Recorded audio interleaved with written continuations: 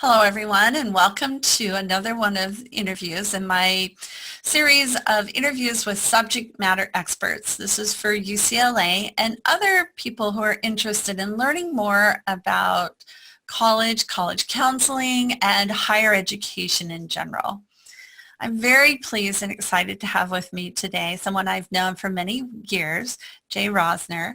He is the president of the Princeton Review Foundation. Welcome, Jay. Hi, Cindy. Glad to be with you. So tell us a little bit about your background. How did you get to where you are now? And I know you're a very strong advocate for students and their families. How did you get to this place? Yes, I graduated from college. I taught high school for 2 years in suburban Philadelphia in a very interesting high school that had kids both from the city of Philadelphia and from the suburbs. It would have been called a charter school these days because it was public, but they didn't even have that terminology way back then. So I taught high school in that interesting, innovative high school for 2 years. Then I went to law school, practiced law, and got involved in some litigation involving ETS and the SAT, and that interested me in testing. So I shifted my career from practicing law to getting into testing advocacy and test prep, and have been doing that for several decades now. So how did you get connected to the Princeton Review through that? Well, it's an interesting connection because I met the founder of Princeton Review, John Katzman, at the founding conference of Fair Test. And you probably have heard of Fair Test. It's a clearinghouse for information on testing, and the full name is the Committee for Fair and Open Testing, and they advocate for fairness in testing like I do. And so I went to the founding conference in 1985, I'll date myself here, met John Katzman and started working with him part-time for a couple of years and then full-time in 1987. So I've been doing test prep full-time for 30 years now, 31 years. And what is your current role with the Princeton Foundation? Well, the Princeton Review Foundation is a 501c3 nonprofit, and the mission of the foundation is to do advocacy around test fairness and to provide test prep information and services to low-income and underrepresented minority students. And in recent years, I've had increasing activity working with Native American organizations and Native American students, both high school students and college students. And I am doing a lot of that work, and it's very challenging, it's very rewarding, it's fascinating to work with Native American kids. Well, we have Native American families. We have several tribes and all. And, I know you reside in California as I do, and I'm in Central California. So, there certainly are opportunities and challenges there. So you've been involved with this from basically the very beginning. I remember, those times college board said you cannot prep for the test. They absolutely refused to acknowledge that this was a test that people could plan and prepare for. So what are some trends and things that you've noticed over the years? Well, that's a great question. Yes, for decades, the College Board and ETS maintained that students couldn't prepare for these tests and it wouldn't increase their scores significantly. There's a great quote from Nick Lemon's book called The Big Test, which is the definitive history of ETS. And anyone interested in the history of ETS should read that book. And in The Big Test, Nick Lemon, the author, mentions that the researchers at ETS felt like the SAT was like a blood test, that unless you did something really profound and unusual, you couldn't really affect the results of that test. And there was a kind of arrogance about it from then, and that attitude was disseminated to the public for decades. When the Princeton Review started in the 1980s, the early 1980s, John Katzman got very significant increases among prep school kids in New York City. And the word spread, and Kaplan had been operating by then for a few decades. But Kaplan was always viewed as, back then, as remedial, not working with kids who were going to the highly selective schools, although I'm sure he did. So the word spread of John Katzman's results, very successful results with his students in New York, and it really changed the national conversation.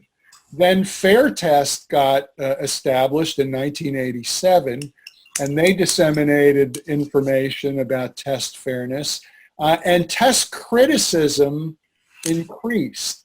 There was some key legislation in New York State called Truth in Testing, where for the first time students were able to see the tests and found mistakes. You know, there was no longer the possibility of ETS operating, without transparency. So there was some transparency injected into it. Once the tests were released, ETS realized they could make money printing books, and that's why you have the College Board books with tests.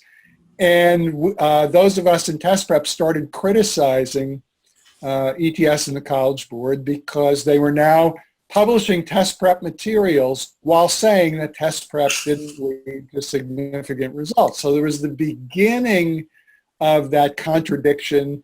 Some would call it hypocrisy, which has actually increased because the College Board and ETS publish studies every couple of years demonstrating how test prep doesn't work, and yet they now have aligned with Khan Academy to provide test prep, which they claim works all of a sudden. And it's kind of interesting that expensive tutors didn't work for decades, but now you sit a student in front of a screen and that produces significant results. So the contradictions have been heightened to almost an unbearable level.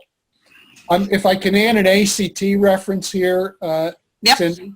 Yep. ACT has been in a similar position over the decades, taking the position that test prep doesn't produce significant results. And first, I should say for both of those entities, ACT and the College Board ETS, to say that studying and preparing for a test doesn't lead to significant improvement is contrary to everything we know about schooling and testing. Exactly. It's not reflected in the reality that everyone knows.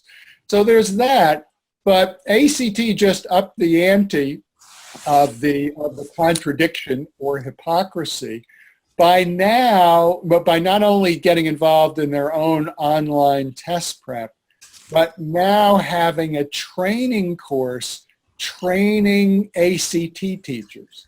And so one of my colleagues said, are they training ACT teachers to be ineffective in teaching students how to increase their ACT scores? Because that's what they've been saying for decades. So that's a capsule. I just gave you a 3 or 4 minute summary of the history of test prep and the contradictions, the dramatically increasing contradictions that the issue of the effectiveness of test prep has produced on the part of the test developers we're talking about here, ETS and ACT. Well, I have been observing and watching this development, and it was very interesting when Khan Academy, that partnership with College Board was announced, like, oh, wow, all of a sudden now, yeah, test prep is viable, it's legitimate, Right. It works, and all of a sudden, and then to watch ACT follow suit with Kaplan there, shortly thereafter. Right. So was Princeton Review one of the founding members or one of the founding forces between Fair Test, for Fair Test as an organization? No, what happened was John Katzman was invited to present at the founding conference of Fair Test in 1985.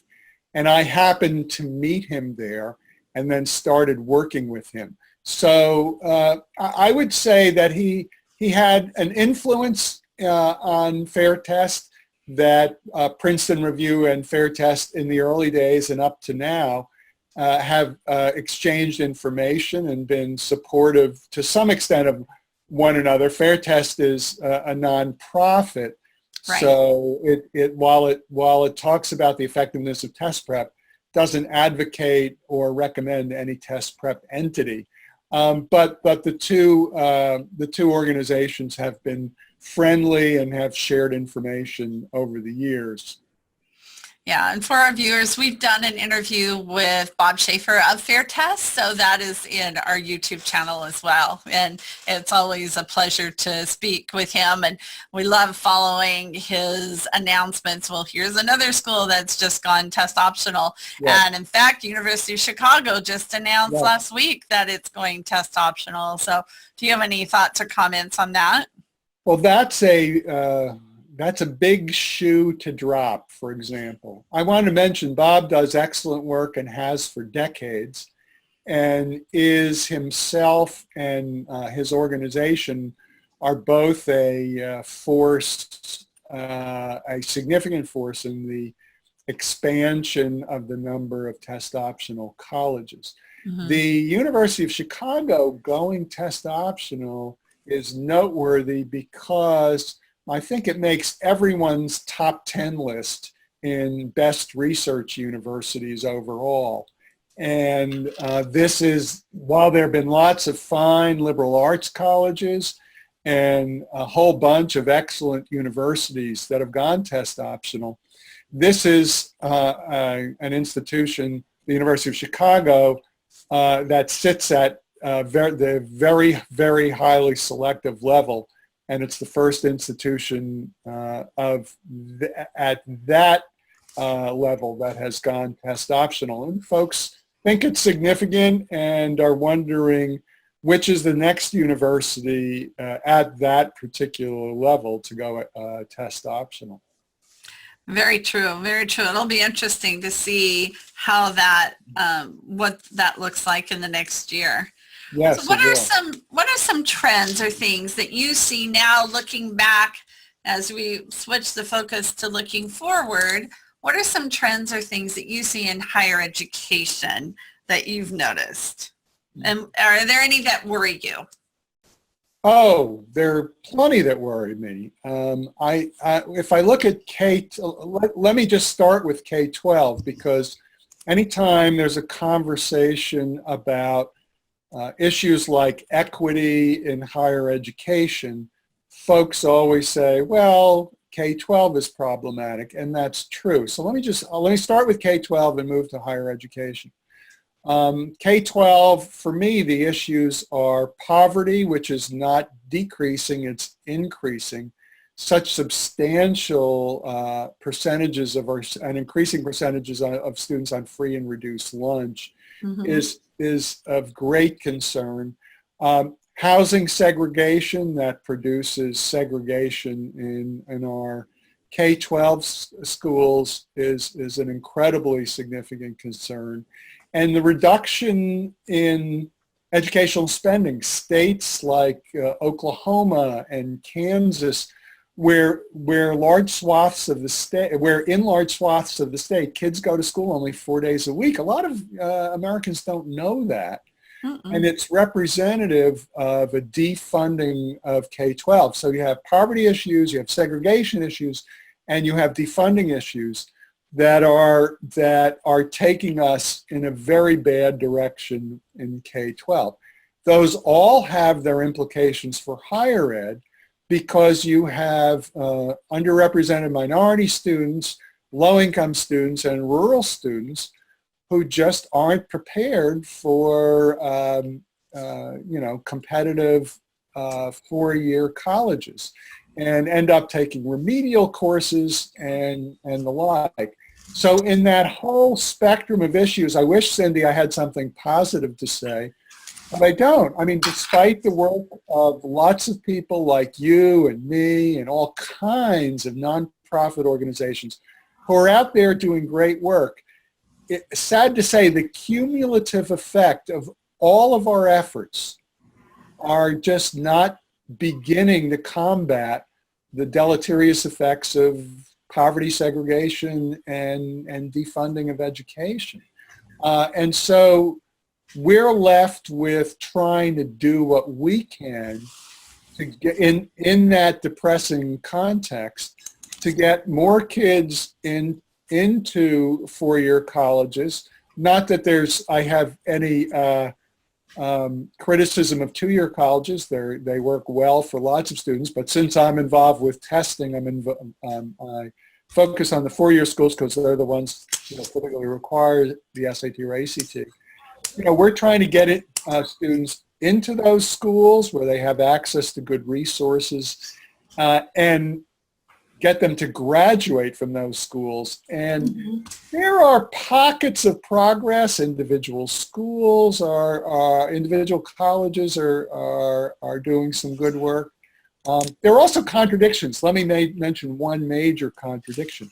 The University of California system, for example, a great system. Its funding has been cut. Students are having increasing difficulties getting the courses they need to graduate in 4 years. That's happening all over the country. And Prop 209, our anti-affirmative action state proposition, has cut the number of underrepresented minority students, particularly Blacks, Latinos, and Native Americans, dramatically in 1996, and those numbers have not recovered very well since then. But the University of California system is doing an enviable job with low-income students in that it has some of the highest percentages of Pell Grant recipients in the UC system. So here you have a system where defunding has taken its effect. Prop 209 and the anti-affirmative action implications of that have had a really terrible effect on the populations of Black, Latino, Native American students. And on the other hand, you're getting some good progress on low-income students as witnessed by the Pell Grant numbers. There again, for me, there is positive, but the negatives outweigh the positives for me. And as a taxpayer in California, I wish the UC system were freed of the shackles of Prop 209 and able to get a much more diversified student body. So what about college affordability? Over the last 20, 25 years, the cost of college has skyrocketed more than any other, Yes. housing, any healthcare, anything. And how do you see that affecting being able to send more kids, especially from low income or underrepresented, to four-year colleges? Sure. You flatter me by thinking that I have any expertise in the finance in the college. Thank you. I don't. My expertise is in standardized tests and the role they play in admissions. Excuse me. But there's one factor that you did mention right there, and that's student debt, which is incredible. And so what we've had, the increase, as I'm observing these patterns and systems, the college costs have been increasing above the rates of inflation for decades now. And what we've done as a society is, rather than having the states and the federal government, on the one hand, contribute more to education costs, and on the other hand, taking smart and effective action to keep the cost increases at a minimum, what the states and the federal government, particularly the states, have done is they've withdrawn funding, they've reduced funding. So you have increasing costs, reduced funding, and the mushrooming of debt that our students incur. And that is not a sustainable system. I point to the fact that Germany can offer university education for free to not only its citizens, but any of our citizens who make it over there can go to to a number of their universities tuition free. Right. Scandinavian countries have figured this out. So among the highly industrial nations, we're the only country not smart enough, for some reason, to figure out how to fund higher education so students have, number one, have access, and number two, aren't carrying ridiculous amounts of debt.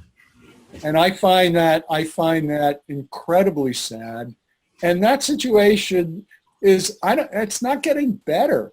And you and I work with students who often can get scholarships, and that's nice, but there's not enough money in those scholarship pots. There are not enough students who can get access. There are students in the middle class or lower middle class who are taking on life-crippling debt. And God forbid you take on debt and drop out after 3 years and don't even have the degree to help you pay off the debt. I mean, systemically, there's no other highly industrialized country that handles the funding of higher education so as poorly as we do. And you know, we have world-class higher education. Right. Access it and pay for it. Right. And too few of our students can, as you know. Well, and so then that brings us up to our role as counselors and advisors. And I know you've worked, as you mentioned, you work with underrepresented first-gen students. Yeah. I do that quite a bit, especially here in the central part of California, and not even to mention our undocumented students from throughout the country and all the controversy that's surrounding that. And many of the counselors that are in our classes are in international schools and things like that. So what kind of things have you found effective tips or advice that you would give to counselor advisors looking toward the future in terms of helping to guide students as especially underrepresented or are, I don't want to say neglected, but that need that support. So what type tips do you have to share? Well, students without resources or without access to resources are a real challenge. And from a testing and test prep perspective, what I say to students and what I say to their counselors is, unfortunately, there aren't enough test optional schools out there where the typical student can have their list of 7 or 8 or 9 schools that they're applying to and having them all be test optional. Any student doing those lists typically may have a couple of test optional schools on their list, but typically they have a bunch of schools requiring tests. So what I say to students and what I say to counselors is, if a student is going to optimize his or her ability to access four-year colleges, and scholarships, they have to maximize their SAT score or ACT score, unfortunately. And if that's an issue, and it is for just about any student who wants to access a four-year college, then what I say to counselors and what I say to students is, that student should try to access some resources, at minimum a good test prep book, and spend real time working with it. And the analogy that I use is that rather taking the SAT or taking the ACT is a performance. And if a student thinks about that performance like they would think about performing arts performance, a singer, a dancer, an actor, a musician who has an important performance will rehearse, and will rehearse seriously, and will rehearse for weeks, if not months. And so what I suggest to students is think of this as an artistic performance, and you need to rehearse. I typically suggest 5 to 6 weeks minimum with a good book, minimum. Better to have a teacher if you can access one, although, they can be expensive or inconvenient. The other analogy I use with teachers and students is an athletic performance. Any serious athlete who has a game, a match, a competition of any kind will train and practice for weeks, if not months, to perfect that performance. And test prep is similar. Again, 5 to 6 weeks of test prep is the equivalent of what an athlete would do to prepare well for that particular performance. So some counselors don't understand testing and test prep well. A lot of students don't understand testing and test prep well. But those are my two most effective analogies for having students and counselors understand the role of test prep in optimizing a student's performance so that they can have their best score to best access both four-year college admissions and, unfortunately, scholarships. That's great. I've never heard that analogy, and that's what I love about it, is that students can relate to it. Yes, please, Cyndy, steal those analogies in your work. You can cite me if you want to, but more important is getting that in the head of typically a first-generation student whose parents or guardians just haven't been to college, don't understand how this game works. The SAT or ACT, what's that? They may have heard, oh, it just measures your intelligence, go in and take it. No, that's not what you should do. You should think about it as an athletic performance or an artistic performance for which one would naturally train, practice, or rehearse. And that's the context in which most students and most adults can best understand test prep. Definitely. So now, on the other hand, on the opposite hand, you have students who are very aware and doing a lot of test prep. Can they do too much test prep? Oh, absolutely, absolutely. I'll give you the example of the Stanford swimmer.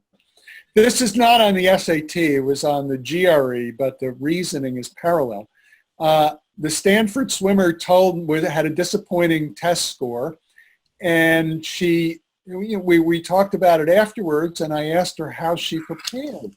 And she emphasized to me, Jay, you recommend preparing very intensively? I did. I said, okay, tell me about it. She said 8 hours a day in the 2 weeks before the test. And I said, wait a second, 8 hours every day for the 14 days before the test? And she said, yes, I prepared intensively. And I said, did you feel burnt out a little bit? She said, well, yeah, I did. And I said, you're a swimmer. If you had an important meet, would you train intensively 8 hours a day for 14 days before the meet? And she said, no, that would kill me. And I said, well, you did the equivalent on the test prep side. You burnt yourself out completely, and you prepared ineffectively, because think about how you prepare for swimming. On any given day, you will exert a specific amount of energy that's appropriate to your training and practice. And that's not going to be 8 hours of maximum energy. It's going to be a couple hours. And it's the same for test prep. I suggest to students sessions of an hour and a half, maybe 2 hours long. And if you want to do 4 hours in any given day, you do 2 hours in the morning, get some exercise, eat lunch, do something else, and do 2 quality hours in the afternoon.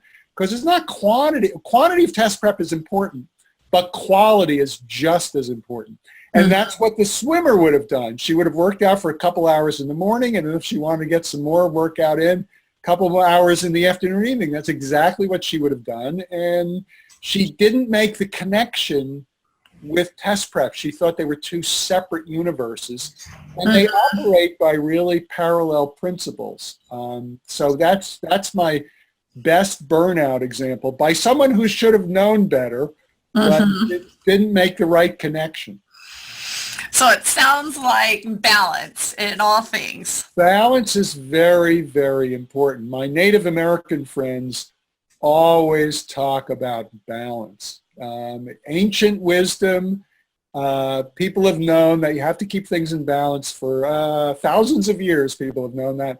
And yes, it applies to test prep. There must be intensity, there must be focus, there must be a sense of seriousness, and it's helpful to have a sense of playfulness, if at all possible, but balance is really key. And, you know, if once a student tells me, oh, like I did a 6-hour test prep session, already I know something's really wrong.